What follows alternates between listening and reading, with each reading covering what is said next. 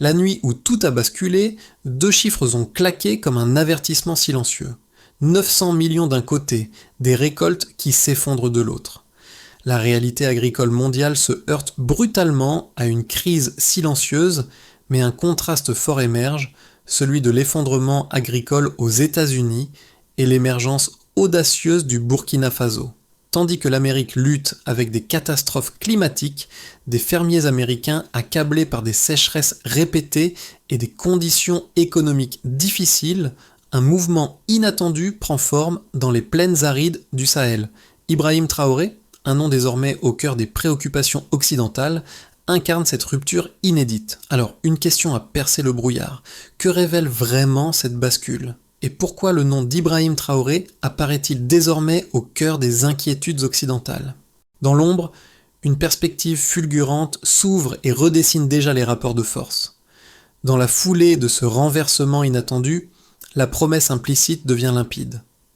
Le Burkina Faso, longtemps ignoré dans les discussions agricoles mondiales, se trouve au centre d'un bouleversement géopolitique majeur. En effet, un seul geste, une loi anti-OGM, pourrait bien réécrire les relations commerciales mondiales. Ibrahim Traoré, en tant que leader de ce mouvement, n'est pas seulement une figure politique, il devient le symbole d'un nouvel ordre mondial, un défi direct aux grandes puissances agricoles. Pour comprendre l'enjeu, il faut examiner comment cette petite nation pourrait redéfinir la souveraineté alimentaire de l'Afrique et, par conséquent, les dynamiques mondiales de production agricole. L'agriculture mondiale se trouve à un tournant décisif. Alors que les États-Unis subissent des pertes massives dans leur production agricole en raison de sécheresses sévères, la situation s'aggrave avec une réduction des exportations et des cultures essentielles telles que le maïs. Mais au même moment, une dynamique contraire prend forme au Sahel. Au Burkina Faso, la décision radicale d'interdire 4 variétés d'OGM liées à Monsanto et Bayer a été prise presque à l'unanimité après un débat fulgurant d'à peine 1 heure. Ce vote, surprenant par sa rapidité, a ouvert une brèche dans le système agricole mondial, signalant la fin d'une époque de dépendance aux semences brevetées et d'une domination des entreprises multinationales. Ibrahim Traoré, en tant que figure centrale de ce bouleversement, voit son influence grandir à mesure que le pays réaffirme son autonomie agricole. Mais l'impact de cette décision va bien au-delà du simple secteur agricole. La loi burkinabé, en interdisant les OGM, redéfinit non seulement la souveraineté alimentaire, mais également le rapport entre le continent africain et les puissances mondiales. Ce qui semblait être une simple décision politique locale est devenu un symbole de résistance et d'affirmation de l'indépendance régionale. Les pays voisins, tels que le Mali, le Niger et le Ghana, suivent de près cette évolution, non seulement pour ses implications économiques, mais aussi pour sa portée géopolitique.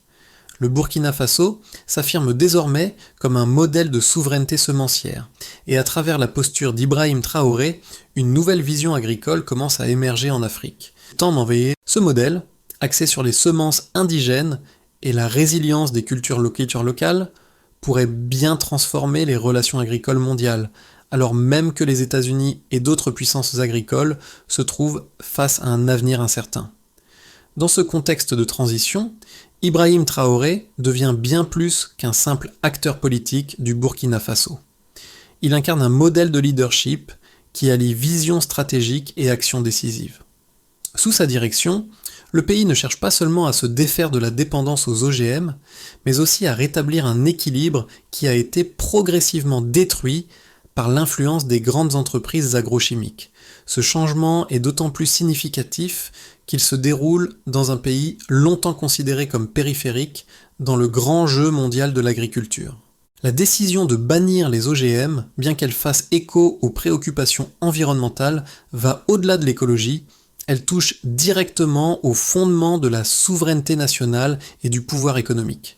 Le retour aux semences indigènes et à une agriculture durable représente un choix audacieux pour un pays dont l'économie est étroitement liée à l'agriculture, mais aussi un défi de taille face aux pressions internationales.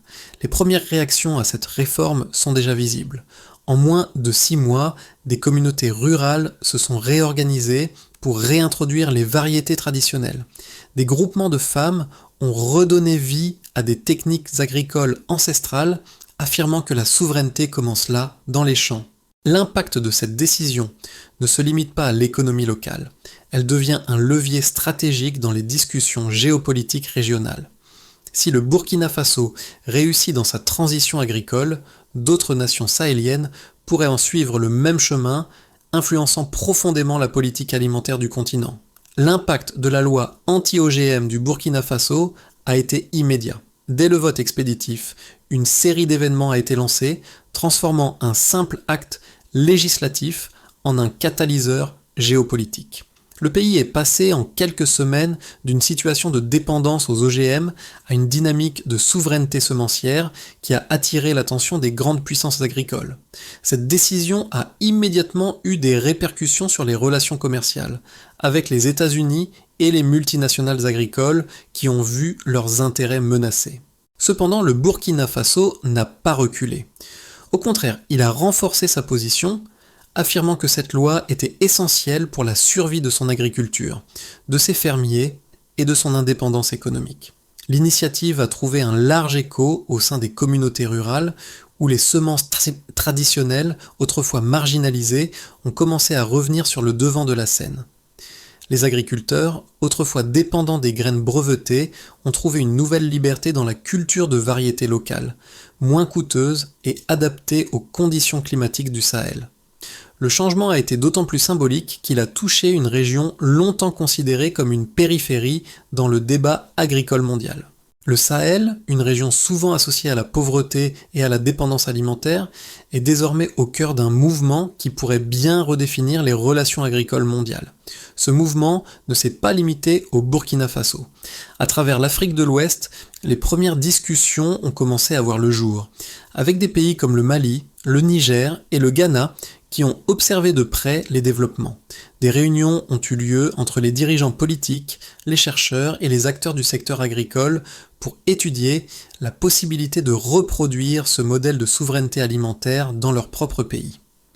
Au niveau régional, des conversations informelles ont commencé à se tenir sur la création d'un cadre juridique commun pour la protection des semences indigènes.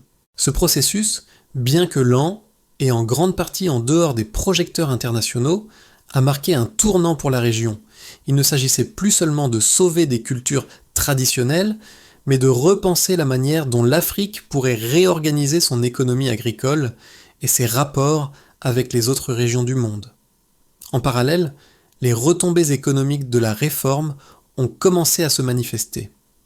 Des projets de recherche sur la résilience des variétés locales ont vu le jour avec des universités et des laboratoires à travers le Burkina Faso qui ont commencé à documenter les avantages écologiques des semences indigènes.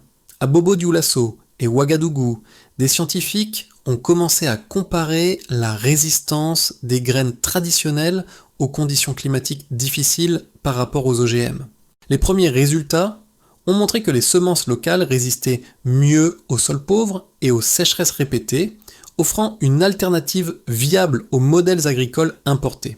À l'international, les États-Unis ont réagi rapidement, soulevant des inquiétudes au sujet de la perte d'un de leurs derniers points de marché stables pour les OGM. Des mémos internes ont été échangés entre les départements d'agriculture, mettant en lumière les risques de voir l'Afrique se tourner définitivement vers des alternatives non OGM. Les experts ont averti que si d'autres pays du Sahel suivaient le modèle burkinabé, cela pourrait perturber les marchés mondiaux et fragiliser davantage l'industrie des OGM. Cette inquiétude a rapidement gagné du terrain au sein des industries agroalimentaires qui ont vu dans cette loi une remise en question de l'ordre établi. Ainsi, alors que le Burkina Faso affichait ses intentions de poursuivre son indépendance agricole, l'onde de choc de cette décision se propageait lentement mais sûrement à travers le continent et au-delà, avec des implications géopolitiques et économiques de plus en plus visibles. Les preuves qui appuient la décision du Burkina Faso de bannir les OGM sont claires et mesurables. Depuis l'adoption de la loi anti-OGM, plusieurs indicateurs ont commencé à émerger, illustrant non seulement l'impact de cette réforme sur le terrain, mais aussi ses implications économiques à l'échelle régionale et mondiale. Tout d'abord, l'agriculture locale a connu un renouveau immédiat. À Kaya, dans le nord du pays, des groupes d'agriculteurs ont observé une résilience accrue des semences locales face aux conditions climatiques sévères, telles que la sécheresse prolongée et les sols pauvres.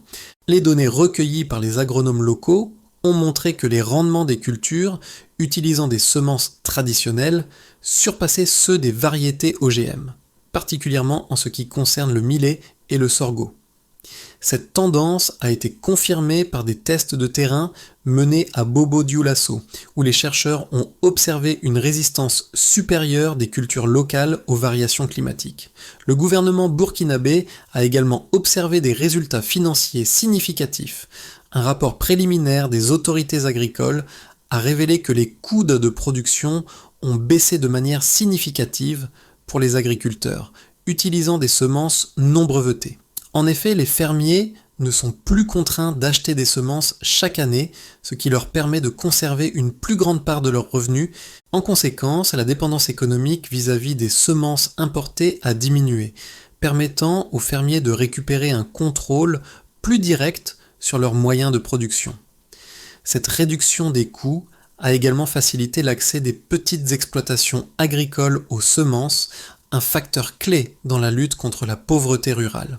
Les résultats économiques sont également visibles au niveau régional.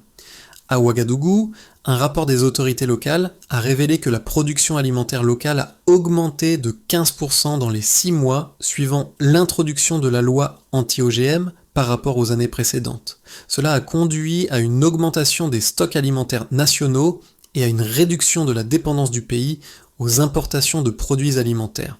Une autre mesure clé du succès de cette réforme est la diversification des cultures. La loi encourageait les agriculteurs à cultiver une plus grande variété de semences, notamment des variétés de cultures résistantes au climat chaud et sec, telles que le fonio et le millet, qui sont mieux adaptés aux conditions sahéliennes. Cette diversification a réduit les risques économiques associés à la dépendance à une seule culture, comme le maïs, dont la production a montré une forte vulnérabilité face aux aléas climatiques. À l'international, l'impact économique commence à se faire sentir, avec des rapports indiquant une légère baisse des exportations américaines de semences OGM en direction du Burkina Faso et des pays voisins.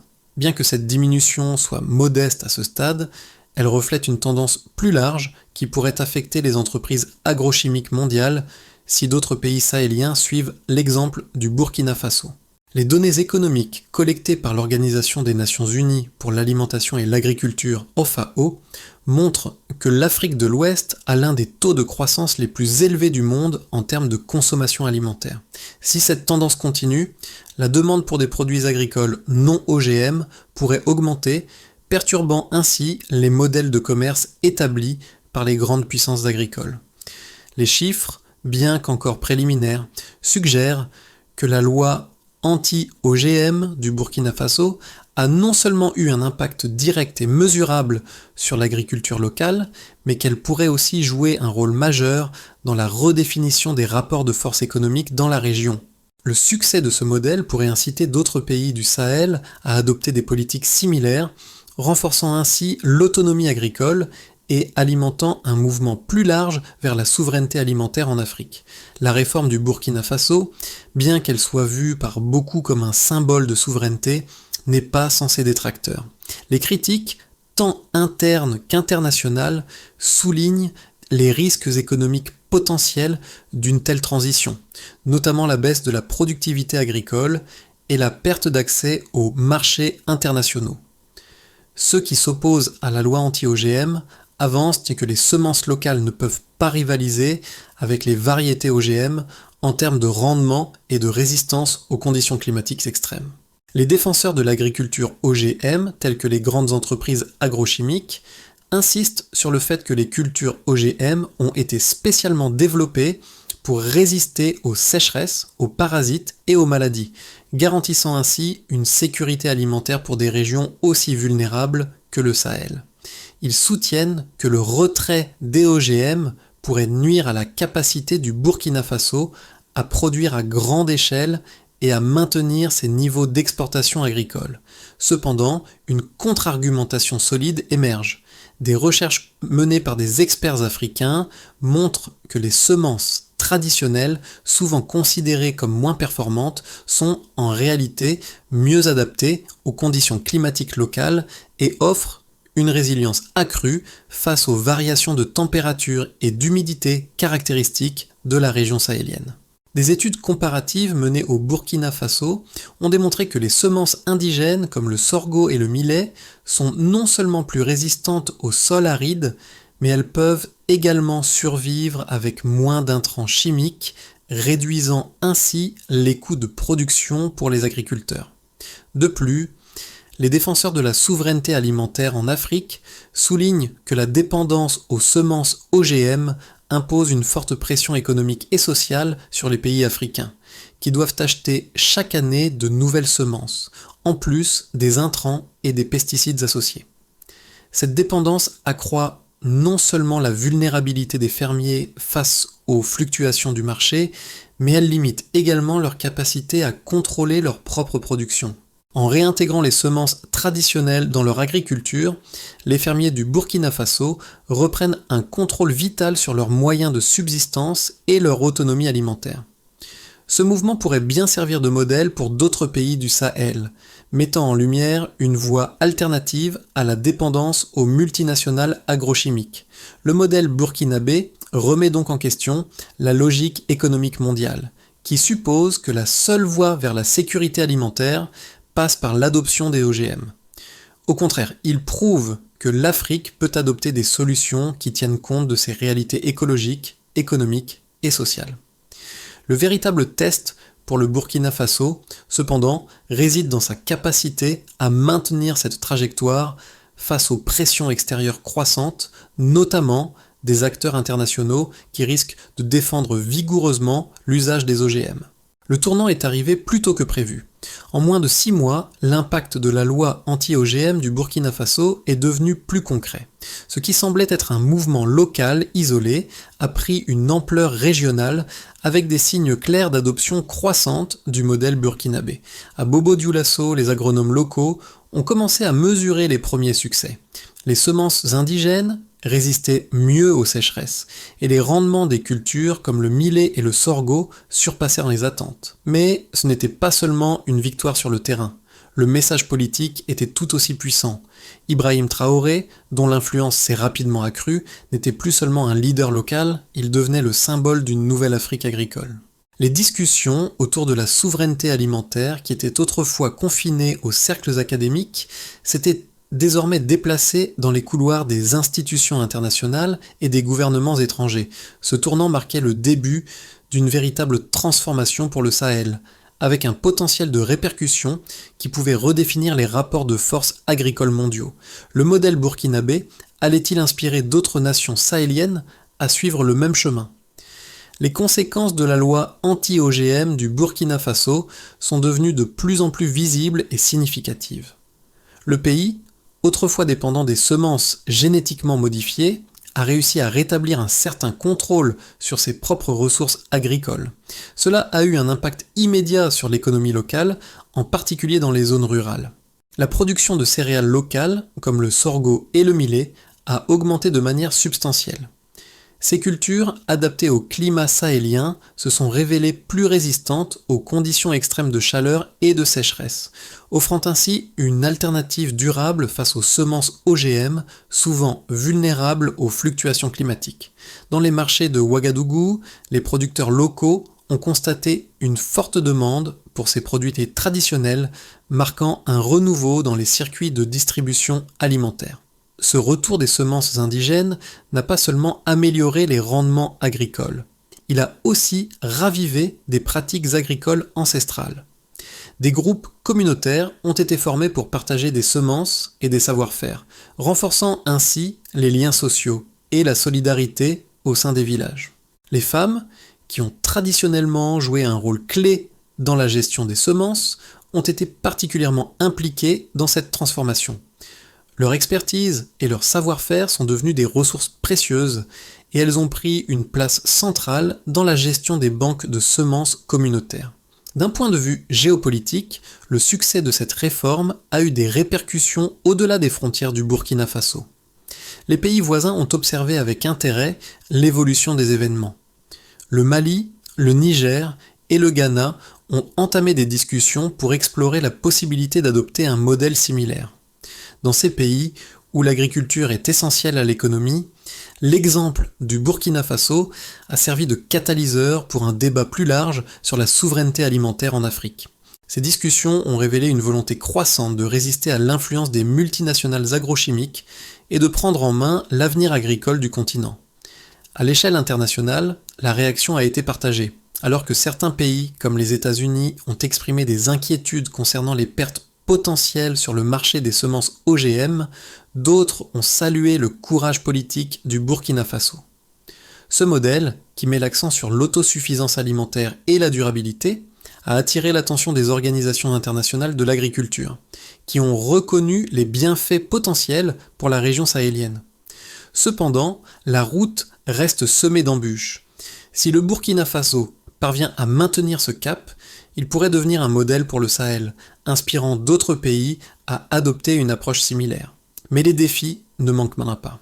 La pression internationale, notamment de la part des grandes puissances agricoles et des entreprises agrochimiques, pourrait se renforcer, cherchant à maintenir l'hégémonie des OGM. De plus, la mise en œuvre de ce modèle nécessite des investissements massifs dans la recherche agricole et la formation des agriculteurs locaux. Le soutien gouvernemental devra être soutenu et durable pour garantir le succès à long terme. Dans tous les cas, le Burkina Faso est désormais à un carrefour. La manière dont il naviguera dans cette transition pourrait bien redéfinir l'avenir de l'agriculture en Afrique de l'Ouest et potentiellement dans d'autres régions du continent. À mesure que les mois passent, 3 scénarios principaux se dessinent pour le Burkina Faso et le Sahel, chacun ayant des implications profondes sur la trajectoire de la souveraineté alimentaire et de l'agriculture régionale. Imaginons d'abord un scénario de base. Dans cette configuration, le Burkina Faso continue sur sa lancée, mais avec une prudence mesurée. Le pays consolide ses progrès en matière de souveraineté alimentaire, tout en maintenant un dialogue ouvert avec ses voisins. L'adhésion à l'idée de souveraineté semencière reste forte dans les communautés rurales, mais les défis logistiques et économiques persistent. Les agriculteurs rencontrent encore des difficultés pour s'approvisionner en semences traditionnelles en quantité suffisante. Et les rendements des cultures, bien que supérieurs à ceux des OGM dans certains cas, ne sont pas encore suffisamment élevés pour combler entièrement la demande interne. L'exportation de produits agricoles reste un objectif à long terme, mais les tensions avec les partenaires commerciaux internationaux, notamment les États-Unis et l'Union européenne, rendent cette tâche complexe. À moyen terme, le Burkina Faso parvient à maintenir la stabilité économique, mais une transformation complète de son modèle agricole prendra plusieurs années. Imaginons ensuite un scénario optimiste. Ce scénario envisage un succès rapide et élargi. Le Burkina Faso parvient à stabiliser ses récoltes et à accroître la production agricole locale grâce à l'adoption de semences indigènes et à une augmentation de la recherche sur les cultures adaptées au climat. Les projets de coopération régionale se concrétisent avec le Mali, le Niger et d'autres pays sahéliens qui suivent l'exemple du Burkina Faso et adoptent des lois similaires. Une véritable alliance agricole sahélienne émerge avec des initiatives communes pour protéger les semences indigènes et favoriser l'agriculture durable. Le Burkina Faso devient un modèle régional et international, attirant des investissements dans la recherche et le développement des semences locales. Cette dynamique permet au pays non seulement de renforcer sa souveraineté alimentaire, mais aussi de redéfinir les relations agricoles avec les grandes puissances agricoles mondiales. Le marché africain des semences non OGM se développe, rendant le continent moins dépendant des multinationales. Enfin, imaginons un scénario plus difficile. Le scénario difficile envisage une intensification des pressions extérieures, notamment des sanctions économiques et commerciales de la part des puissances agricoles mondiales. Les États-Unis et les multinationales agrochimiques, inquiets de perdre leur accès au marché africain pour les OGM, intensifient leurs efforts pour dissuader le Burkina Faso et ses voisins de poursuivre leur politique de souveraineté alimentaire. Ce scénario pourrait entraîner une instabilité économique avec des hausses des prix des semences et des intrants locaux, ainsi que des restrictions à l'exportation. De plus, les défis liés à la formation des agriculteurs et à la gestion de la chaîne d'approvisionnement des semences locales pourraient ralentir les progrès agricoles. Si le Burkina Faso ne parvient pas à équilibrer la pression internationale et la transition vers une agriculture plus autonome, le pays pourrait se retrouver dans une position précaire où la souveraineté alimentaire reste une ambition difficile à atteindre. Dans tous les cas, le Burkina Faso se trouve à un moment charnière. Les décisions qui seront prises au cours des 6 à 12 prochains mois détermineront la direction de l'agriculture en Afrique de l'Ouest et l'avenir de la souveraineté alimentaire dans la région. L'impact de la réforme agricole du Burkina Faso n'est pas seulement économique ou politique. Il touche aussi profondément les vies des citoyens. Dans les villages du Nord, la transformation est palpable. Les communautés rurales, autrefois accablées par la dépendance aux semences OGM, ont retrouvé un sens de contrôle sur leur avenir. Les femmes, qui ont toujours été les gardiennes des semences traditionnelles, se sont retrouvées au cœur du processus de changement. Dans des réunions communautaires, elles ont partagé leurs connaissances ancestrales, expliquant comment identifier et préserver les semences locales, essentielles à la survie de l'agriculture sahélienne. Dans les villes, l'effet est plus subtil, mais tout aussi significatif. Le retour du sorgho et du millet dans les marchés de Ouagadougou et Bobo-Dioulasso a ravivé un sentiment d'appartenance et de fierté nationale. Les citadins, qui avaient de vue les produits locaux disparaître au profit des cultures importées, redécouvrent la valeur de leurs racines agricoles. Les discussions sur la souveraineté alimentaire ont envahi les foyers et les écoles, où l'on enseigne désormais aux jeunes générations l'importance des semences locales et de l'autosuffisance. Mais au-delà des bénéfices immédiats, cette réforme soulève une question fondamentale. Et vous, comment percevez-vous cette transformation ? Cette dynamique n'est pas simplement une question de politique agricole ou de législation nationale, mais de redéfinir les rapports entre les peuples, leurs terres et leur indépendance. Le Burkina Faso, en réaffirmant son contrôle sur ses semences, montre qu'il est possible de réécrire les règles du jeu global. C'est une leçon précieuse pour le reste du continent africain, mais aussi pour le monde entier. Si un petit pays comme le Burkina Faso peut renaître de ses cendres et imposer son modèle, qu'est-ce qui empêche d'autres nations de suivre le même chemin ? Le chemin vers une souveraineté alimentaire durable pour le Burkina Faso et, plus largement, pour le Sahel, ne se fait pas en un jour. Cependant, il existe plusieurs étapes clés pour garantir que la transition vers une agriculture plus indépendante soit réussie et pérenne. D'abord, il s'agit de renforcer les banques de semences locales. La première étape consiste à consolider les banques de semences indigènes déjà établies dans les communautés rurales.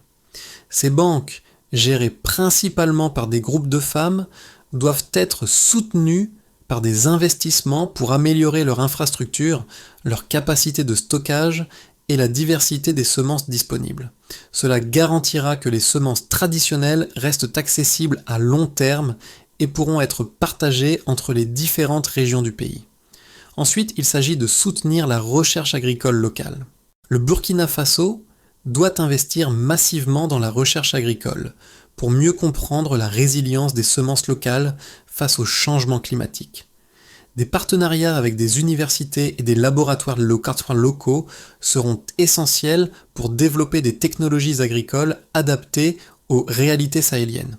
Cette recherche pourrait également explorer de nouvelles méthodes de culture et de gestion de l'eau pour maximiser les rendements tout en préservant l'environnement.